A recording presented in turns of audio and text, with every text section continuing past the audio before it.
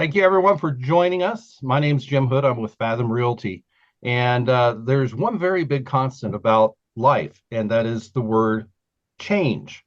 Life involves change, and we find ourselves in various stages of life facing change and having to deal with it.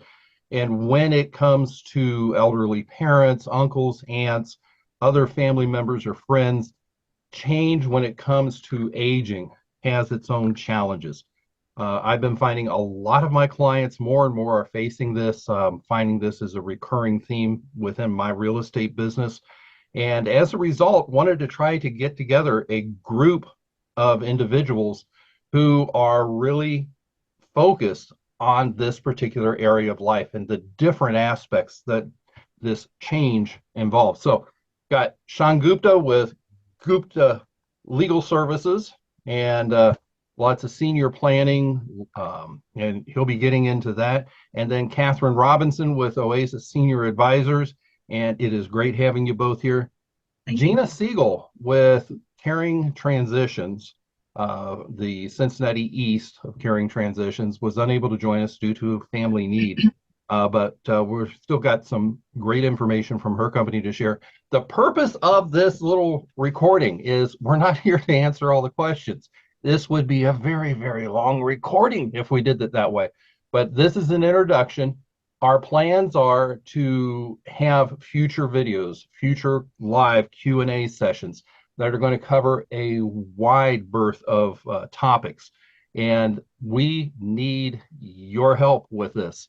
We need to know what questions you have and what needs that you're facing that will help us to address items of concern that you are dealing with now. So, big request, please, please, below the video, the recording is a comment box as well as an email link. Use either one of those and let us know what questions you have as well as needs that you would like to see addressed by the panel.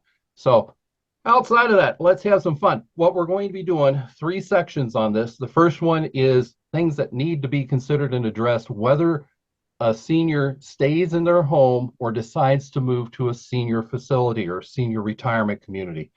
Second section is dealing with, okay, we want to try to stay at home. I mean, these are all options. No one person, no individual is going to be the same as anyone else. So needs are going to be different. Staying at home is a real viable option. There are concerns, ideas that we've got to suggest. And then if it is decided that a senior community or retirement community is going to be the right route to go, what things need to be considered in that?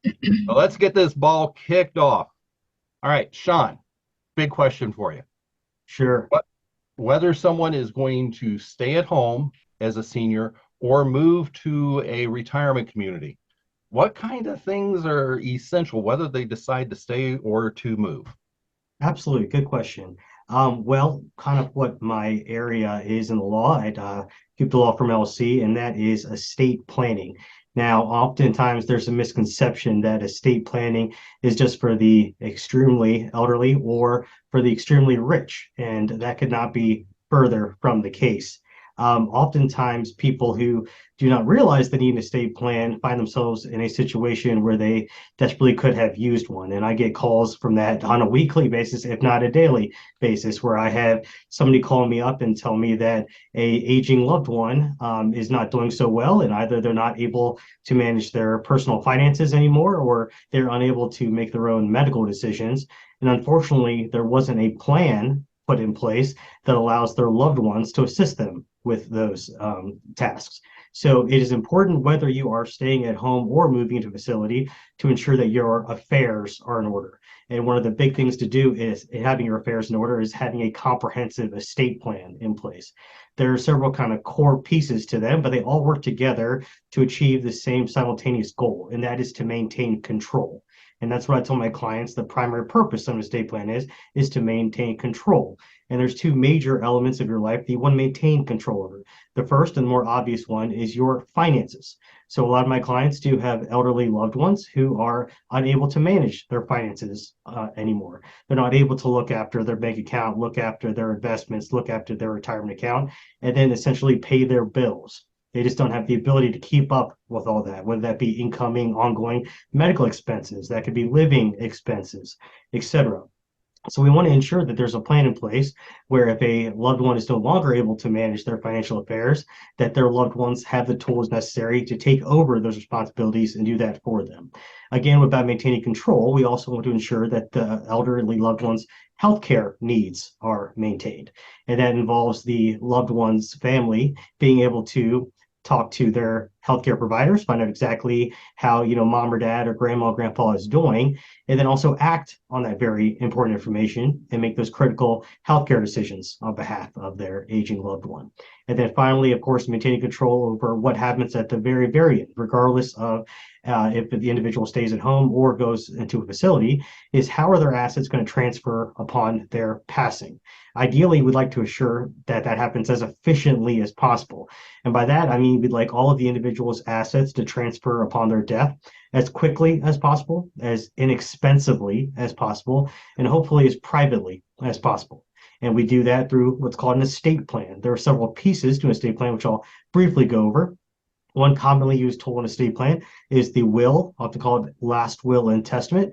And what this document does is it identifies the beneficiaries of your estate, i.e., who is going to receive your assets upon your passing, and appoints an individual to take over that responsibility, which is called the executor.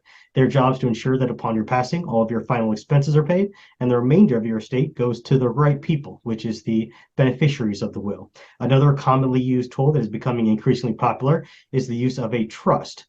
Trust is also a mechanism to transfer your assets upon your death, but it has a couple advantages in that any assets that transfer through a trust, unlike a will, does not have to go through the probate court process. A lot of my clients would like to avoid the probate process because it can take a while, it can be expensive when we factor in attorney fees, and it's not a private process. Everything we file with the court is available for the public to see.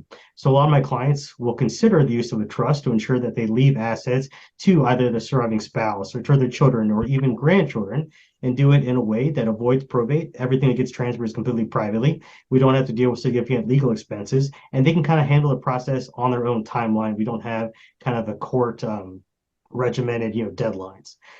So oftentimes clients will utilize either a will or a trust to maintain control over their assets apparently after they pass away, make sure it transfers according to their wishes. Second major component of an estate plan is the financial durable power of attorney. A lot of my clients have often heard about a power of attorney, but don't know specifically what exactly it is. Well, in reality, it's an authorization. It's a legal document where you authorize named individuals, whether that be a spouse or a child or some other loved one, to assist you in managing your affairs. So with the financial power of attorney, you would name named individuals to help you manage your finances for you. They can access your bank account for you, access your retirement account for you, access Social Security for you, file taxes on your behalf, pay utility bills on your behalf, pay living expenses on your behalf. What a lot of people don't realize is at a certain point, if you become incapacitated, a lot of those assets will get locked up without these documents of control to let your loved ones do that for you. So it's critically important, whether you stay at home or move to facility, you have the tools in place to let your loved ones manage your finances for you if you become unable to do so yourself. The third major piece of an estate plan, in addition to a will or trust and a financial power of attorney, is a healthcare or a medical power of attorney. Again, this is another authorization. We authorize loved ones to essentially step into your shoes and make medical decisions on your behalf. We do not want a situation to occur where you are unable to make your medical decisions and there's nobody legally authorized to do that on your behalf through the use of a power of attorney. Unfortunately, what might have to happen in that case is we have to again go back to the probate court and have a guardian appointed for you, which again is a very time-intensive process and very costly process. So that can be avoided by having both a financial power of attorney and a healthcare power of attorney in place, authorizing your loved ones to both manage your finances on your behalf and make those critical medical care decisions. Next is what we call a living will or an advance directive. This is a document that you would sign in advance, whether you're at home again or in a facility, that lets your loved ones know your end of life wishes. God forbid you are in a permanent vegetative state or at the end stage of a terminal illness, let's say stage 4 cancer, and there's really nothing more that modern medical science could do for you. This is a document where you let your loved ones know what you would like them to do on your behalf. Oftentimes, we say that if you are, God forbid, in one of those situations, permanent vegetative state or end stage terminal illness, you would not like them to make any choices that would keep you alive unnecessarily, i.e., keep you alive on life support for weeks, months, possibly years against your wishes. So in this document, you let your loved ones know, look, there's nothing more that can be done. Just let me pass in peace. And the reason why I recommend having this document in place is first and foremost, your wishes are known. And second, it's not putting the burden of having to make that gut wrenching decision on the shoulders of your loved ones. The fifth and kind of final core component of an estate plan, there's many other smaller ancillary pieces, but these are the kind of big ones, is a more recent addition to estate planning, and that's a HIPAA authorization. And again, this is a very important whether you're staying at home or moving into some type of home, but you want a document in place, a HIPAA authorization that legally authorizes your healthcare providers to speak to your loved ones. A lot of people don't realize that under the HIPAA law, whether it be your primary care physician or somebody, at the facility, they cannot speak to your loved ones unless you, the patient, specifically authorize them, allow them to do so. Now, if you get to the point, whether mentally or physically, where you are unable to authorize your healthcare providers to speak to your loved ones, then the healthcare providers, their hands are essentially tied. They can't speak to your loved ones, even though they very much want to. So that is why those kind of tools working together, a will or a trust to transfer assets upon your death, financial power of attorney authorizing your loved ones to manage your financial responsibilities on your behalf, healthcare power of attorney allowing your loved ones to make medical decisions on behalf, living will letting your loved ones know your end of life wishes, and a HIPAA authorization authorizing your healthcare providers to speak to your loved ones allow you to maintain control during your elderly years, whether you're in a home or being able to stay at home. That talk about the trust, all of that stuff, it sounds intimidating. Got to have a trust, got to have a durable POA, a health POA, got to have a HIPAA, got to have a living will, it just sounds so intimidating. A little throw in behind what you were saying, Sean.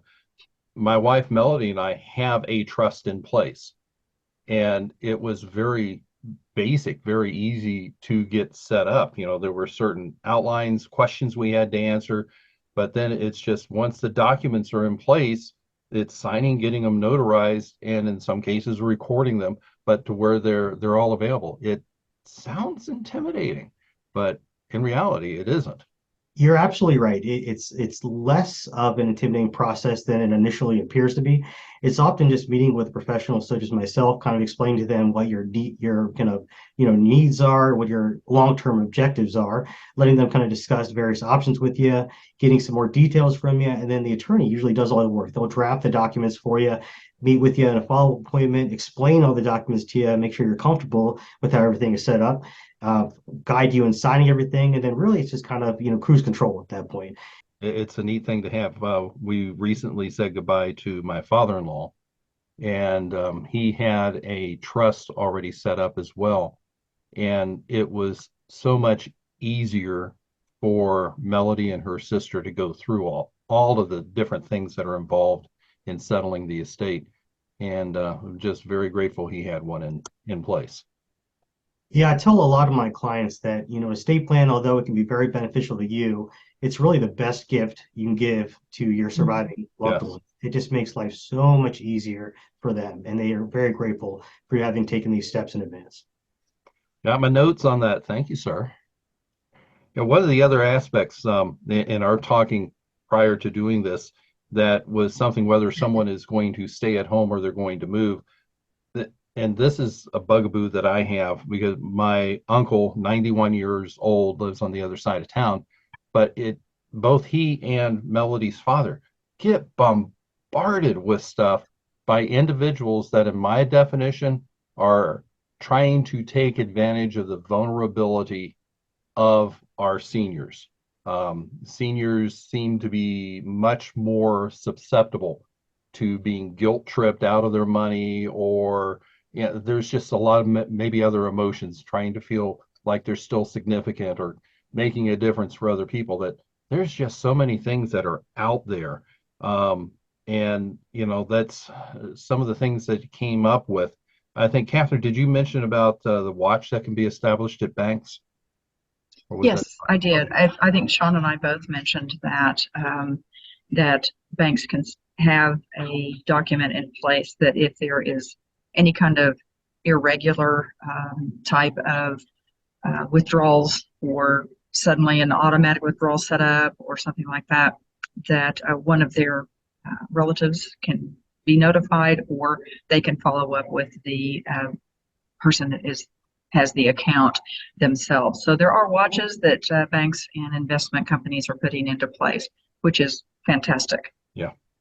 All right, so let's move on. Staying at home is one of the options. Yeah, my uncle I mentioned, 91 years old, stays at home alone. My father, who's 93, he and my stepmother are still living in their own home. So staying at home is a very viable option.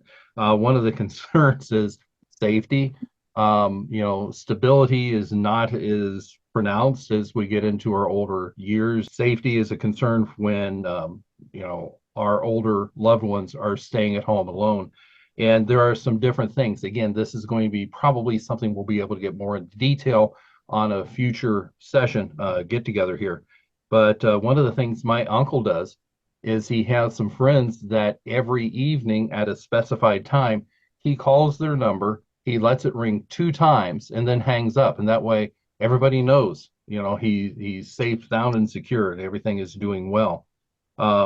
But there were other things, medication concerns. Catherine, you had come across something about that will help with that. Yes, medication management can be really challenging, especially when seniors are on a plethora of medications, which can often be the case. Confusion with the timing or the dosage. So obviously they can use the little boxes that sort them out, but also pharmacies can deliver the medications in little packets. They're like little bubble packs that have the exact time, the exact meds that are supposed to be taken at that time. It's clearly labeled. So all they have to do is just tear that one open and take it. There's no putting the pills in a little box, sorting them out. Often it lands on family members to sort those pills and have them in the little boxes. Yep. But then it's up to the senior to take them at the right time, the right med at the right time, not double up if they forgot. It can be problematic later in life to make sure that the meds are given properly. One of the areas of concern that has been voiced many times in staying at home is when there's potentially home care or support needs that are there. And Catherine, again, it's something that I think your company, Oasis, has really got some connections with. Yes, we do. Probably the first choice of people is to stay at home. But to be safe, as you already mentioned, Jim, there needs to be safety in the home. So we can refer people to people who can retrofit bars. We could do safety checks to see, are there small animals? Are there rugs you're going to trip on? Is there clutter? Decluttering is an important part of staying safe. And then we can connect them to companies that provide home care, anything from just companionship to grocery shopping, light housekeeping. All of those sort of things can be provided by outside agencies. They are readily available. Obviously, they're challenged like everyone else with the number of caregivers, but with enough warning and a set schedule, it is not a difficulty to get those things lined up. There's websites you can go to, but you have to be very careful with those. So I narrow that as to where to look for caregivers. They need to be bonded. They need to be insured. That's another vulnerability that people have when they find it privately. Yes, there's a lot of different things that can keep people safe in the home. Using GoGo Grandparent for transportation. Transportation tends to be a challenge with driving. Are seniors still safe to drive for their benefit and other people? So there's a lot of options out there. Yeah, it used to be, and I hadn't thought about this until just now, used to be the only home grocery delivery service around was Schwann's. Or the yellow refrigerated trucks. Now Kroger and who knows who else will do home delivery, and Even Amazon and Whole Foods, they Yeah. Yeah. delivery now. So there's a lot of options to get their, portable, healthy food delivered to the house. And as long Yes. as, Kathy, you were saying there are other, government services and, Mm-hmm. not-for-profit services out there. Yeah. Council of Aging and Claremont Senior Services. And there are a lot of resources out there if people look and, to explore the options. That's one of the things, Sean, is you're one of the trustees for Claremont Senior Services, aren't you? That's correct. So, I mean, there's a lot of information that is available from that direction as well. Oh, did I just hear future video mentioned? I mean, that is another option that is available, or the senior services in the different communities, counties, or locations. And that is something else we can definitely dig into. And another thing about the home care is a connection, Catherine, that your company has with an individual. I think is with the Miami Township Fire Department. That Yes. I'm hoping we can get him on one of these and just talk about how to make the home physically safer for a senior saint. Yes, And absolutely. it He just, has great insights on that. Yeah. there are a lot of simple things, and it helps the senior saint, and it helps the family that's concerned about him as well. Mm-hmm. So Because the majority of their calls are to pick people up off the floor because they've fallen and they can't get up. So that he addresses all of those things very well. yes, the challenge is when you have one of the panic buttons, is encouraging its use. Yes, properly. Love my uncle. Not excessively. Yeah. Love my uncle, but he keeps his very well charged. I have never seen him wear it, but it's in the charger. It's ready to use. Anyway, yeah, as far as financing, that is a concern. Staying at home is not cheap. We talk about, going to retirement communities and things like that, that not being an inexpensive route. Staying at home is very, very much the same thing. And, comparing those, there are different ways that if finances are needed to stay at home, there are options that are there. Catherine, you were talking about TrueHold. Mm-hmm. Thumbnail on that? A thumbnail is that if usually aging adults, their greatest asset is their home. They probably have most of their estate is tied, the value is tied into that. And if they're staying at home, then they don't have access to that money. So TrueHold is a company that will purchase the house, fair market value, and then they lease the house back to the senior. So they take over all the landlord responsibilities, maintenance, everything. So they are basically renting their own home. I think the minimum length of time is 6 months that they want to have the senior stay in place, but then they have full access to all the value that's in that home for care needs or however they would choose to use it. Yeah. And like I say, another future video session or Q&A. Absolutely. And similar to that, there's another one, ownership with TrueHold transfers to TrueHold. There's another rendition where ownership is retained. It used to be called a reverse mortgage. FHA came in and rescued it. There was some questionable actions evidently going on, but it's now a home equity conversion mortgage, or abbreviated HECM. But it basically takes 50% of the value, makes a mortgage out of it, and gives that 50% of the value to the homeowner or the senior in that, and then uses the other 50% as basically, the equity of the home. And there's no payments, there's no mortgage payments or interest payments on it, but it allows the ownership to stay. There are pros, there are cons. One will work for one person, another one won't work for the other one. These are just options that are out there for consideration. So seen them work different directions. So, all right. So let's move on. The big number 3 here is making the move. Let's see. How many retirement communities are there in our area? Hundreds. There's a lot, and it's a confusing world. It really is. People get overwhelmed pretty quickly when they start trying to navigate that. Yeah, you call this one, and you call this one. They want you to come in. They want you to come in. They want, and they're all the perfect place for you. Oh, yeah. But they're not. So they say. Yeah. So they say. That's right. How does Oasis help with that? Well, we take a very personal approach to it in knowing the parameters that our clients are working with. We sit down with them or we talk on the phone, whichever they prefer, and we find out things like, what are your care needs? Why are you considering even moving?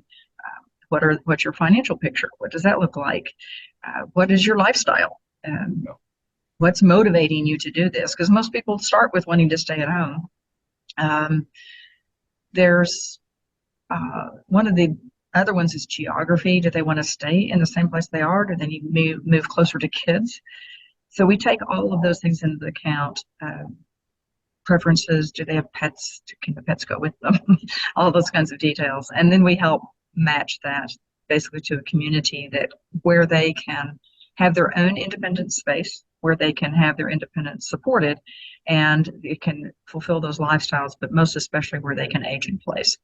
It's their personal private space, and they can stay there through end of life.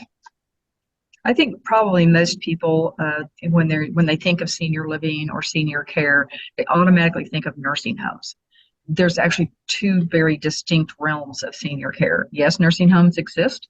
They are for higher levels of care.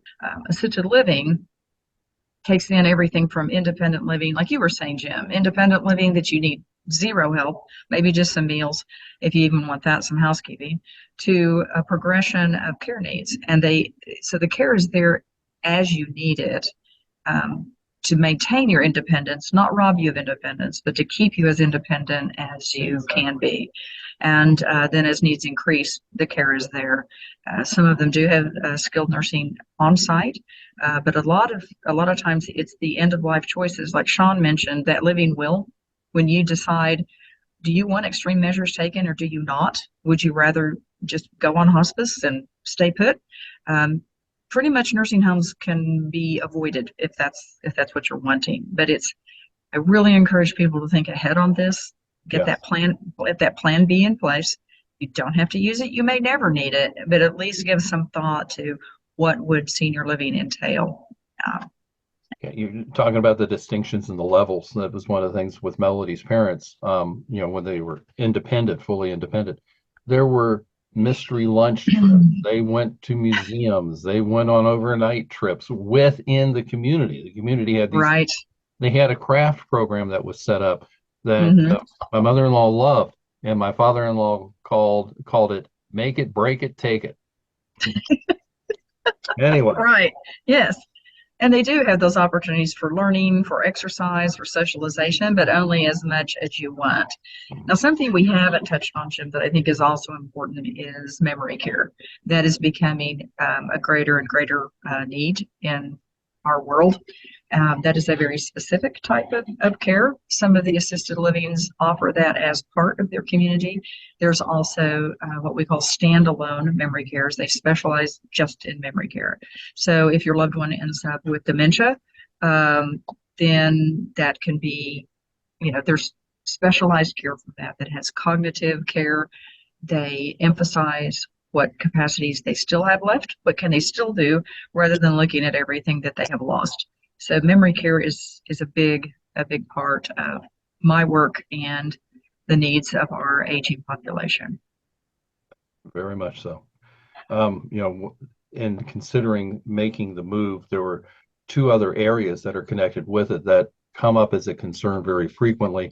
One is what to do with the home that is being left, and then also what to do with all of the goodies, the personal possessions that are in the home. It sort of follows my direction in the sense of real estate. There are several different options. The two big ones, when it comes to the home, part of it is a consideration is the condition. There are groups of investors that, especially if the home is somewhat delayed in maintenance, there are items that are going to need attention in the home. There are investors that will come in, make a cash offer that would include leaving whatever personal possessions that want to be left in the home, and they will take care of it. There are different types of investors. There are different ethics among individual investors. The key thing there are two key things that I look at. Number one, again, protecting our seniors. But the other thing is making sure they're getting the best deal for the home, in which case there's ways of there's a real neat way of being able to provide for both of those and getting multiple offers on the home instead of being stuck with one investor and whatever it is that they're saying. So protecting them and also making sure that they're getting top dollar. The other aspect is just going for the best dollar return on the home possible. And that would involve a regular sale of the home. Brian with his parents recently went through that with them.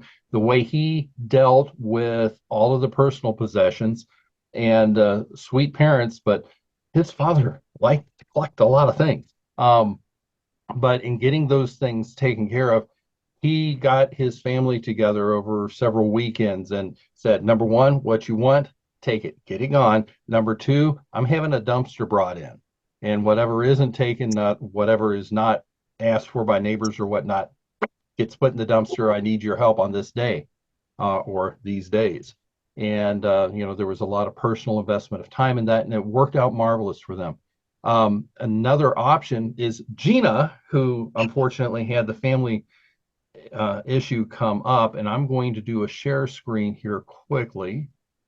And I even popped up the right screen. I am so proud of myself. Very good, Jim. Hey, Gina Siegel is the owner of Caring Transition Cincinnati East.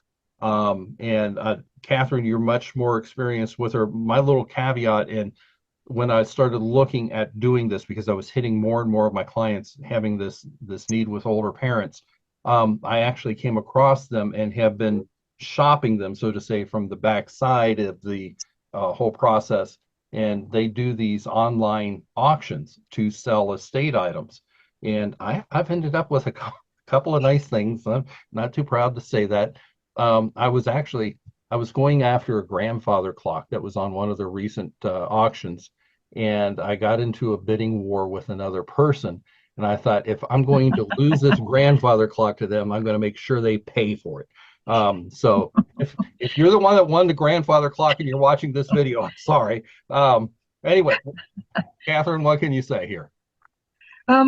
Gina is a person I refer to quite often because most of our clients haven't downsized. They maybe have been in their house anywhere from 20 to 50 years, and there's a lot of stuff in it. So Gina can handle everything from the downsizing, decluttering, helping them sort out what is and isn't valuable. The things that have emotional attachment, they can obviously take with them. She helps them actually know the dimensions of the room they're going to, their apartment, what can actually fit and what can't. And then she helps coordinate with the actual packing and moving of that. Now, all the stuff that's left over, there may be things that could be used again. So she is connected with a lot of nonprofits that help with reusing, gifting, furniture, maybe appliances, that sort of thing.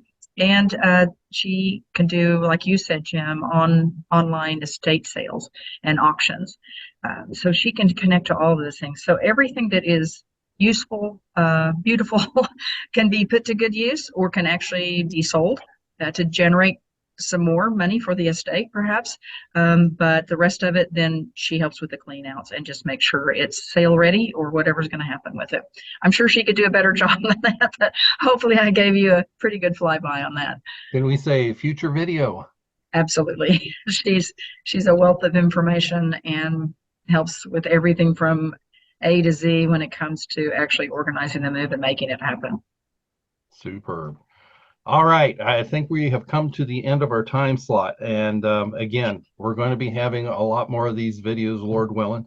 And the thing that I desperately, please help us out, questions would be a great guide for us. Again, we're wanting this whole process of change. It is not easy. We hope through what we're going to be providing to help make it easier. I wish we had the easy button and it was all done and easy, but there's always going to be challenges that are in the process, but by knowing the right people, knowing the right tools, it can become much, much easier. So questions, needs, okay, well, I need to talk about this subject or need to find out more about this, please use the comments below or the email link and let us know. We're here to help.